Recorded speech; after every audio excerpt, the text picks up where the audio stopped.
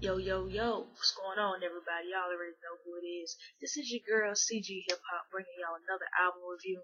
Y'all are going to be seeing a bunch of reviews from me today because I'm trying to catch up.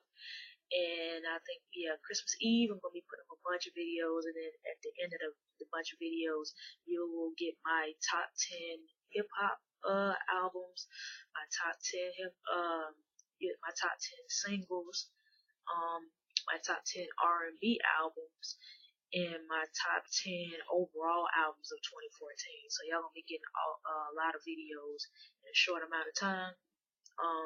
Like, comment, subscribe, tell me what y'all think, and give me examples of anything. I said examples. Give me some more ideas for mixtapes or albums y'all would like for me to review in 2015. So here we go. Black Messiah. D'Angelo in the Vanguard. This right here was a surprise, but this shit was, oh my god, this shit is fucking amazing. To be honest, this is the best album to come out in 2014, and it came out like Beyonce. Like Beyonce did last year with her album Beyonce. It came out stealth as a motherfucker. He released a single, which was Sugar Daddy, on I forgot the name of the damn website. And I thought they were bullshit. I'm like, D'Angelo ain't coming out with no album like this motherfucker been talking about coming out with an album since fucking what, 2008, 2009, and we still hadn't seen nothing. And then like he has like people don't like people I say that are a little younger in the age group. Like I'm 26. I'll say people who are maybe 16, 17 years old really don't know the backdrop or historical backdrop behind like what D'Angelo represented for the mid 1990s, early 2000s. Like his last two albums arguably are top 5, top 10 best R&B albums or best albums of each generation of the 90s and the early 2000s, with Voodoo and with Brown Sugar. Those albums did things that albums today haven't done. I haven't seen done in a while. Closest thing to those R&B albums is probably Frank Ocean's album, which is like I said that one time. Somebody thought I was playing. That's the closest thing I've heard to Voodoo in a long time. Frank Ocean's album and probably Usher's Confessions album. Those are the last albums I said could maybe even be in the same realm as Voodoo and Brown Sugar. The man's been going through a lot of stuff in his life, and I never thought in a million years we was gonna get an album. But we got it, and I bought it because I represent, like, when it's quality, I will buy your music. And Black Messiah is something we needed, a fresh breath of. It was just a breath of fresh air. I was on Instagram. I'm like, I gotta salute this shit. Like, I had to bring my fucking Dre beats out and fucking, you have to soak that shit. You have to soak this album in. This is not an album you just run through and listen to and be done with it. Every time you listen to this album, you're gonna hear something new. When I mean new, I mean like you're gonna hear a lot of different instrumentations, different falsettos, harmonies, and small things, background vocals, especially instrumentation and background vocals. You're gonna hear a lot of that on this album. But let me stop rambling. I'm going to go through the list of songs and then tell you what I liked, which ones I didn't like, and tell you what I thought of the album as a whole and my rating on it. So, D'Angelo and the Vanguard. If you don't know who the Vanguard is, that's his band. So for number 1, first song, Ain't That Easy. 2, 1,000 Deaths. 3, The Charade. 4, Sugar Daddy. 5, Really Love. 6 is Back to the Future. 7 is Till It's Done Tutu. 8 is Prayer. 9 is Betray My Heart. 10 is The Door.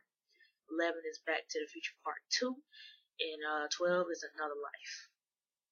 So out of the 12 songs, let's go through each and tell y'all about ones I like and what I don't like. So, there's not a song that I don't like on this album. Yeah, I like every single song on this album. My least favorites probably are 1,000 Deaths and Till It's Done. But that does not mean that they are not great songs. They're just not the songs out of the 12 that I listen to on a constant basis, but they do get listens. Thing about 1,000 Deaths is it's extremely, his voice is distorted, and you have to, like, you can't play this album with regular headphones. You have to either have Beats or a nice pair of headphones, or you're gonna have to hook it to, like, I have speakers back there. I don't know if y'all can see them, but I got some Samsung speakers, like actual monitors, studio monitors, and like you hear every little single thing with those things. And with this album is needed. You hear everything from him playing the guitar, Questlove on the drums, the saxophones, and the it's all kinds of different instruments. Like this album is so the instrumentation on this album is ridiculous. This album's instrumentation could be an album by itself, and it probably would sell just like this one did. It came out of nowhere. It was like number one, I think top 5 on the charts out iTunes. It still is actually. Um, and yeah, Till It's Done. Till It's Done is more of a political song. 1,000 Deaths is too. And that's the thing about his album too. It's a lot of political stuff. Stuff that's going on right now. Then there's a lot of regular, well, not really regular, but a grown-up version of D'Angelo, R&B wise. This R&B, funk. You get a lot of Prince. You get a lot of Sly and Family Stone. You can tell he picked and chose from a lot of different eras and a lot of different people. And added his twist to it. See, some of my favorite joints on here. Ain't That Easy is like the number one song. I love that song. Really Love, I love that track. Betray My Heart is dope. The Door is really good. Betray My Heart. And my top song, I said Ain't That Easy. Like Ain't That Easy in this song right here, I like neck and neck, and that is Another Life. What a way to fucking end this CD. Another Life is just crazy because he's in this crazy falsetto at the end, and you're wondering he sounds like that's that brown sugar D'Angelo I love the way he does his falsettos. Another Life is fucking phenomenal. Like there's no I've never heard an album like this before, and that's crazy.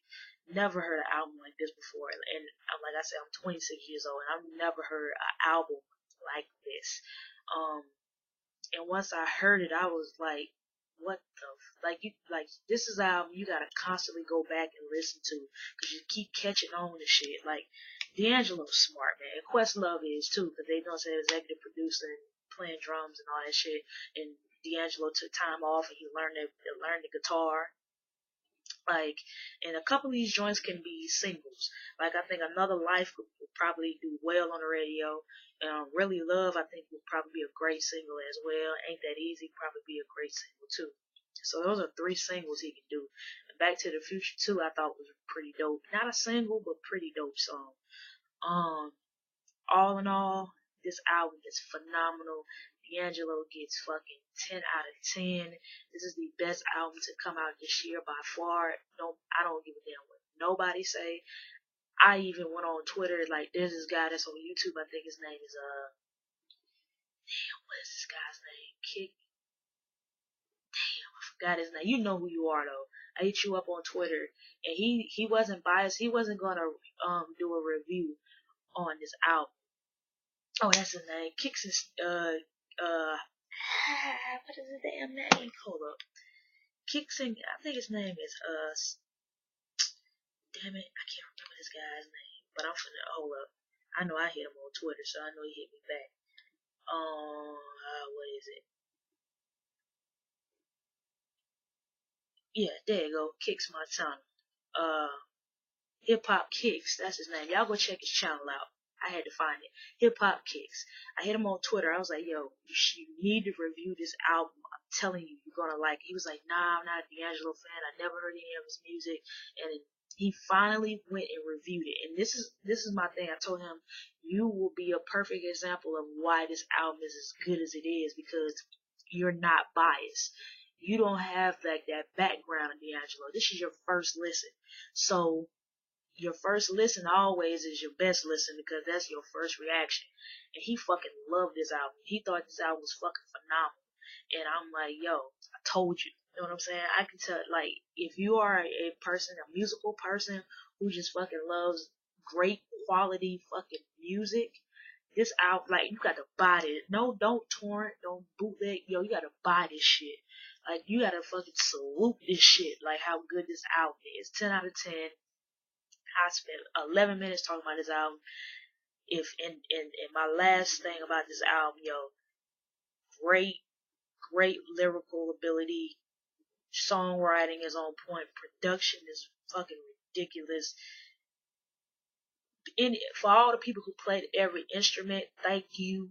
Like, and if it was 14 years since he's had an album, and my Jesus, he came back with a vengeance, and I'm happy he came out like that. So Black Messiah, D'Angelo, and the Vanguard gets a 10 out of 10. The first one on my channel. And this album was just fucking phenomenal, man. There's not one song I didn't like. I didn't even talk about Prayer, where he did the Lord's Prayer. And the song and sang it. That was just dope. This is just a dope album, man. This is something that is going to last me a long time. It's not an album I'm going to forget or not come back to. This is a timeless album, and it was an album that was needed with all the stuff that's going on with the Mike Brown situation, Trayvon Martin, Eric Garner. A nice political album. Really a lot of love, R&B, funk. You know what I'm saying? Crazy simps and, you know what I'm saying, distorted voices and all kinds of shit. Like, nobody does it better than the king, man, D'Angelo. This is like the godfather of neo soul, R&B soul, man. He came back and told like all these R&B niggas out the frame. Like, y'all need to listen to this shit. Like, some of y'all R&B guys out there right now, this is an album to go pick up and study. You got to study this shit. You know what I'm saying? But anyways, D'Angelo in the Vanguard, Black Messiah, 10 out of 10. Tell me what you think in the comments of this album. And I guess I'll see you guys later, man. Great album, y'all. I'm so serious. Buy it. Go on iTunes and get it right now.